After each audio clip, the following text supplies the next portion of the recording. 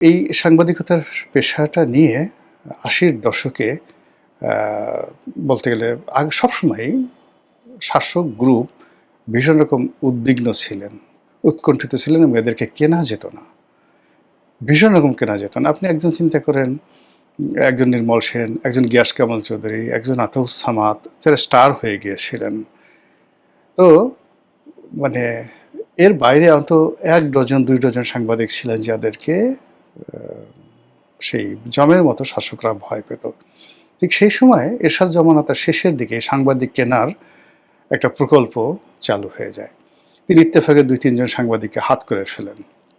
কিছু ব্যবসায়ীরা অনেক টাকা পয়সা দিয়ে মানে কয়েকজন সাংবাদিককে হাত করে ফেলেন। আমি নাম বলে কাউকে ছোট করব না।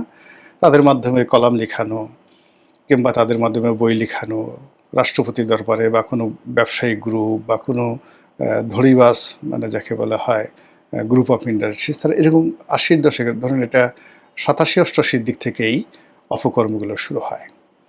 ৯১ থেকে শুরু হয় দলবাজি। মানে সিরিয়াসলি দলবাজি ৯১-র সঙ্গে থেকে শুরু হয় এবং সেটা হতে ২০০০ সেই ২৪ সনে এসে এখানে এই সাংবাদিকতার নামে দুর্গন্ধময়, অতি দুর্গন্ধময়, আবর্জনাময় একটা শ্রেণী তৈরি হলো, যারা সেই নারী ব্যবসা, মানে এমন কোনো মানে অপকর্ম নেই। মদ, নারী, জুয়া থেকে শুরু করে বিশেষ করে ইলেকট্রনিক প্রিন্ট মিডিয়ার সাথে যুক্ত হওয়ার কারণে আপনি মাফিয়া বলতে যা কিছু বোঝায় ১০ টা মাফিয়া একত্র করলে এই সাংবাদিক নামক যে পেশাটা, সেই পেশার মধ্যে এরকম অনেককে খুঁজে পাবেন। তো এই যে একটা খারাপ অবস্থা, সেই খারাপ অবস্থার মধ্যে যেটি হলো সাংবাদিকদের মান কমলো, সম্মান চলে গেল, লেখাপড়া গোল্লায় গেল, আর গর্ব করার মতো এদের মধ্যে কিছুই রইল না। এরই মধ্যে ইউনূস জমানা এলো। ইউনূস জমানা হওয়ার পরে কী হলো, একটা শ্রেণী, এই খারাপ যে শ্রেণীটা, তার একটা বিরাট অংশ পালিয়ে গেল। আর একটা অংশ মুহূর্তের মধ্যে ভুল পাল্টিয়ে নতুন রাজনৈতিক বন্দোবস্তের মধ্যে তারা যুক্ত হলো।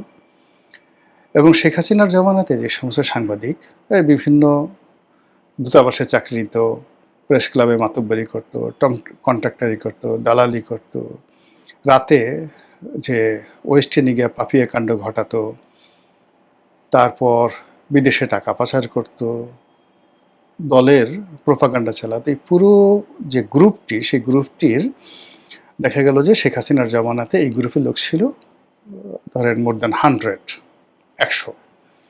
এটা নেমে এলো ২৫ জনে। এরা নেমে এলো ২৫ জনে ইউনূস জমানাতে, এবং ২৫ জন যারা শেখ হাসিনার জমানাতে তারা খারাপ ছিল, খারাপ থাকার পর তাদের বুদ্ধি ছিল, পোশাক ছিল, চেহারা ছিল, সুরত ছিল, বংশ ছিল, প্রত্যেকটা জায়গাতে যে লেভেলটা ছিল সেই লেভেলটা মানে ইউনূস জমানাতে এসে যারা এই সুবিধা গ্রহণ করলো তাদের লেভেলটা আগেরগুলো যদি মাথার ক্যাপ আপনি বলতেন যে খারাপ, কিন্তু তাদেরকে মাথায় টুপি হিসেবে পরা যায়, এগুলোকে আপনি জুতা হিসেবে ব্যবহার করতে পারবেন, এরকম জাস্ট জুতা হিসেবে ব্যবহার করতে পারেন, এই ধরনের কোয়ালিটির লোকগুলো এসে হাউ মাউ কাউ করে খাওয়া শুরু করলো। আচ্ছা, এগুলো খেয়ে দিয়ে আবার এই গ্রুপও প্রায় আউট, অর্ধেকের মতো আউট, বাকি অর্ধেক এখনও বিভিন্ন জায়গাতে লুটপাট করছে। এই যে যখন নতুন বন্দোবস্ত হলো, মানে বিএনপি সরকার এলো, এই সময়টাতে সংবাদপত্রে এই সুবিধাভোগী শ্রেণী যারা আছে, এই সুবিধাভোগী শ্রেণীর মধ্যে এমন কিছু লোক সামনে চলে এলো যারা ইউনূস জমানাতে যে ওই যে পায়ের জুতো ছিল, যাদেরকে মানে শেখ হাসিনার জমানাতে আপনি যদি মনে করেন একজন ইকবাল চৌহান চৌধুরী, একজন নাঈমুল ইসলাম খানকে যদি আপনি মাথার ক্যাপ হিসেবে বর্ণনা করেন, তাহলে এই দুজনের সমপর্যায়ের যে সমস্ত লোক ইউনূস জমানাতে দাপট ছিলেন, তারা নাঈমুল ইসলাম খানের জুতার সোল, জুতার উপরের অংশ না, নিচে যেগুলো হাঁটে সেই জুতার সোল, বা ইকবাল চৌহান চৌধুরীর জুতার সোল আর নাঈমুল ইসলাম খানের স্যান্ডেলের ফিতা হওয়ার উপযুক্ত নয়। এই লোকগুলো ইউনূস সাহেবকে চালিয়েছে, বোঝার চেষ্টা করেন।